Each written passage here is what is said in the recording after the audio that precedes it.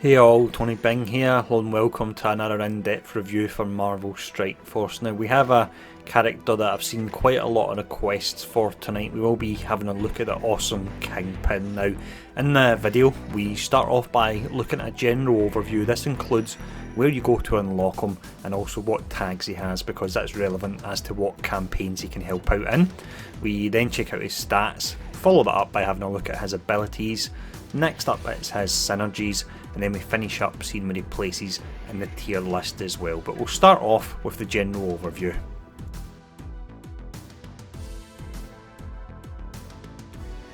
Kingpin is a protector class then, but he's a protector class with a twist. Rather than actually taunting and taking the damage himself, he summons bodyguards and they are the ones that taunt. Now they generally will be one-shotted, but it means they will still eat the attack, and you can summon 2 bodyguards at a time, so that is the equivalent almost of having 2 taunts up, which is really nice.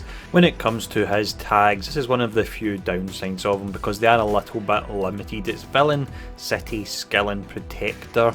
We've not really got anything going on with any of them. The Villain one would be nice for the Villain campaign, but if we look at where you go to unlock them, it's actually Villain 6.9, so it's the final node that you use. So as much as you could use them in the Villain campaign, you need to finish it before you can actually unlock them, so that is a bit of a pity there.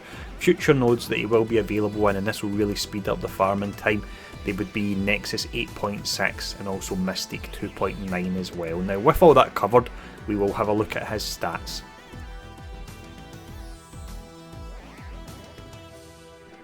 For the stats here then, we have 6 in total we'll look at. 3 offensive stats, 3 defensive stats, and these are broke down to a rating of A to F. So we'll start off by looking at the offensive stats.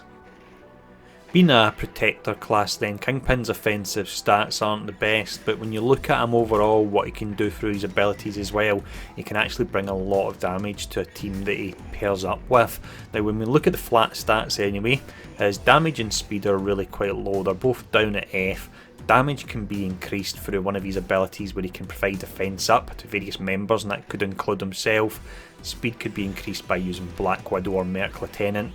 Focus is B, which is high, but he doesn't have any kind of debuffs, so it's not really relevant. Now, if we quickly look at other parts of his kit that would relate to the offensive side of things, he has an assist on his basic and ultimate.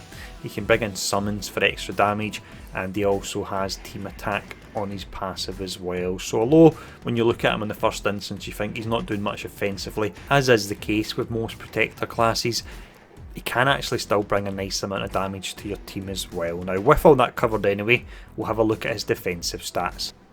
When we look at his defensive stats then, he fares exceptionally well, as you would imagine he should do as a protector class. So his health is way up at A, and he was actually one of the outliers I had to remove in calculating the stats because his health is so far above other characters. So he's up there with the likes of Hulk and also Thanos as well when you look at the health pool. Armour is way down at F, but this is offset by the fact he's got his summons with the taunt and he's got the high health pool himself, and his resistance is actually really nice as well, so it will be quite difficult on occasion for any debuffs to be applied to him, such as stuns or slows. Now with that covered, we will have a look at his abilities.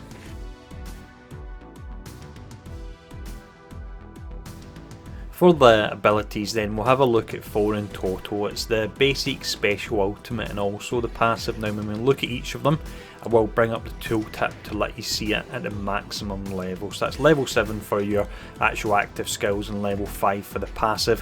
What we'll do as well, let you know if it's a skill that's worthwhile maxing out, or if you want to stop a little bit earlier on it because the returns aren't as good. Now the first one we look at is a passive, and this is awesome. This is Mastermind. So at the start of each villain ally's turn, 25% chance for an ally to gain team attack for that turn. So that's really nice. It gets even better if you pair him up with some summoners in the game like Yondu or Nobu, because the more summons they've got out, the more chance you've got of that attack. The only downside is the fact that it is limited to villains, so it pigeonholes you a little bit into using them with a villain team, because there's some really nice heroes out there as well. It means you can't use them with the likes of Gamora and so on, but despite that, still a really nice skill, and I would say max this particular one out. For the basic, we have an ability called Batter. Now with this one, you attack the primary target for 270% damage, and you have a 50% chance to gain an assist with it as well. So that's nice if you've got them teamed up with some hard hitting heroes, it can up the damage on that. When it comes to how high you want to upgrade this, I would take it up to level 6.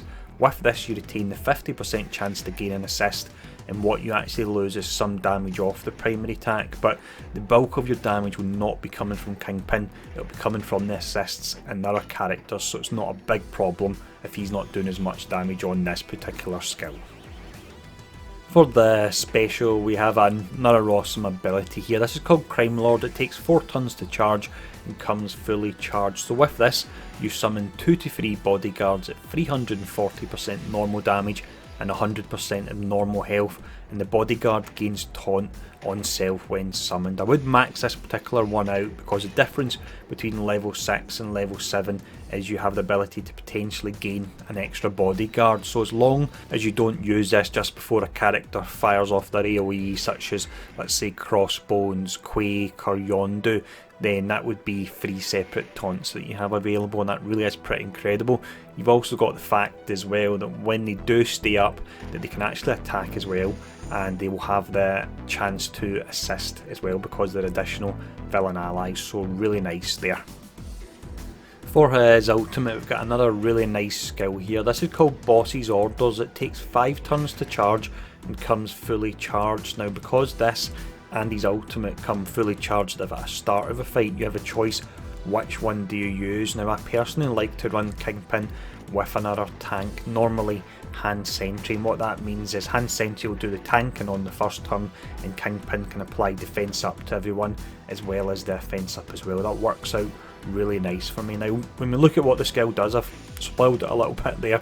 You have apply defense up to all allies for 2 turns, apply offense up to 5 allies, and then you have a 30% chance for assist from allies, and it's twice as likely to select a villain or mercenary for the assist. So this particular one could proc an assist from a hero character as well.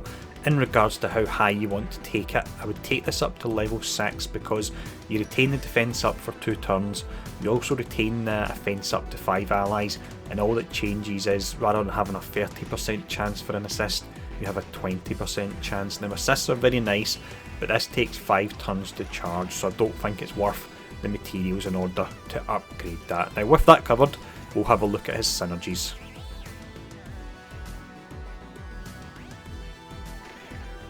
When it comes to other allies that can work well with Kingpin, we've got quite a few options here now. Of course, you are best to pair him up with villains due to the way his passive works with the assist, but one of the issues you want to address with him is his low attack speed, so you can do that either through Black Widow or Merc Lieutenant. Black Widow, being a named character, has an ultimate, which is a nice stun. Merc Lieutenant doesn't have that of course, but he will have the chance to proc an assist because he is a villain, so it's down to you which one you would go for there. Next up, I was made aware of this pretty cool option by Jake Jackson on YouTube, so thank you Jake for this. Pairing him up with Nebula can work exceptionally well because the way she can get a team attack when an enemy attacks. So if Kingpin procs an assist, then Nebula can potentially get a team attack from that as well. So according to Jake, when you do team them up together on their high level, you'll get attacks all over the place, so that sounds pretty nice. Now next up, along the same lines of proccing as many attacks as possible, if you put them in a team with summons and then you pad your team with as many villains as you can, there's more chance of an assist. So Nobu and Yondu can help you out there. And also, when we look at his special and ultimate and the fact you can use both of them on the first turn, I do prefer to use the ultimate first, so that means you're not taunting, which means that it can be nice to pair him up with another tank, and Hand Sentry or Thanos can work pretty nice in that regard. Now with all that covered, we'll have a look at enemies you want to avoid when you're playing as Kingpin.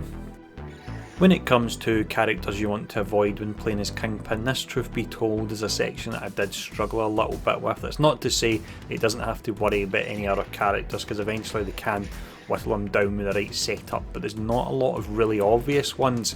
Now one that did spring to mind would be Vision, with his ability block on his first turn and the fact he can fire it off really quick due to his high speed, so he could stop you from doing your special or your ultimate in that first turn there.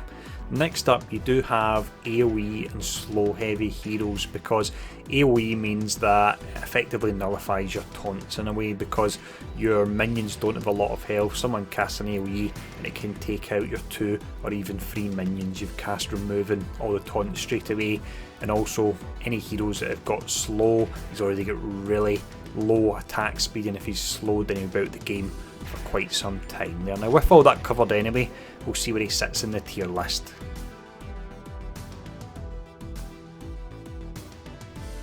For this tier system here then, we have 5 different ratings, the strongest one being on the left, that's a mega rating. As we go from left to right, the characters get weaker until we're way down at level 1 now.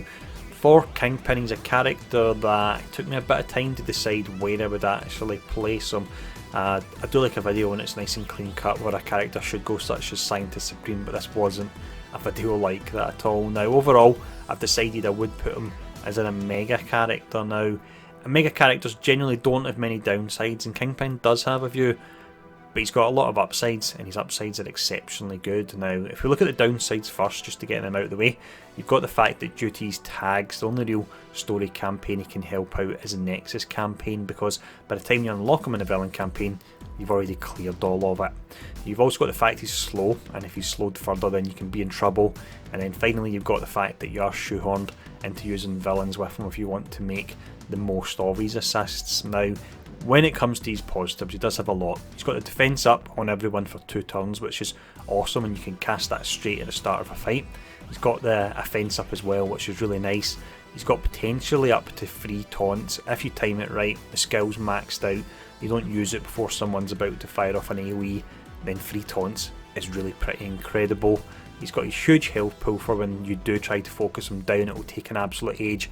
And the assists are an absolute ton of fun as well, and with certain combos you'll see them firing off all over the screen there. So overall then, absolutely fantastic character, and one that you want to get high up on your list when it comes to characters that you want to farm. Now, next up for in-depth reviews, I will be having a look at either Daredevil or Korath, because I've had a lot of requests for both, but I've not decided who just yet, so feel free to drop a request again below in the comments. And as always, thanks for tuning in, and I'll see you all again soon.